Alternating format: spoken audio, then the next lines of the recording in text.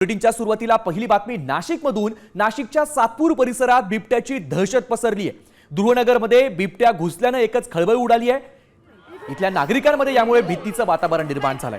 रहिवासी वस्तीमध्ये बिबट्या दिसताच मोठा गोंधळ उडाला। सध्या वन विभागाच्या कर्मचाऱ्यांकडून बिबट्याला पकडण्यासाठी शर्थीचे प्रयत्न सुरू आहे। नाशिकच्या सातपूरच्या ध्रुवनगर परिसरामध्ये बिबट्याचा वावर आढळून आलाय आणि या बिबट्याला पकडण्यासाठी वन विभाग शर्थीचे प्रयत्न करत आहे। दरम्यान या संदर्भात अधिक माहिती देत आहेत आमचे प्रतिनिधी अभिजित सोनावणे।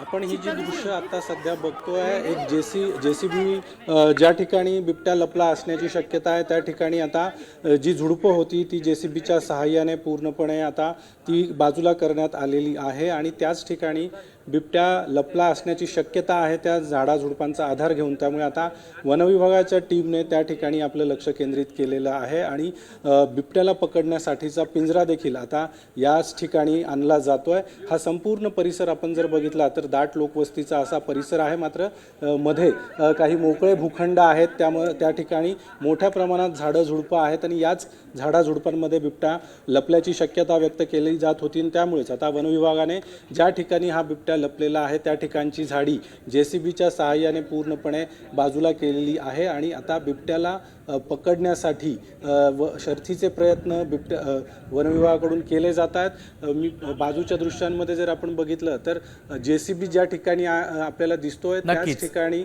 हा बिबट्या लपला असण्याची। धन्यवाद अभिजित दिलेल्या या सविस्तर माहितीबद्दल।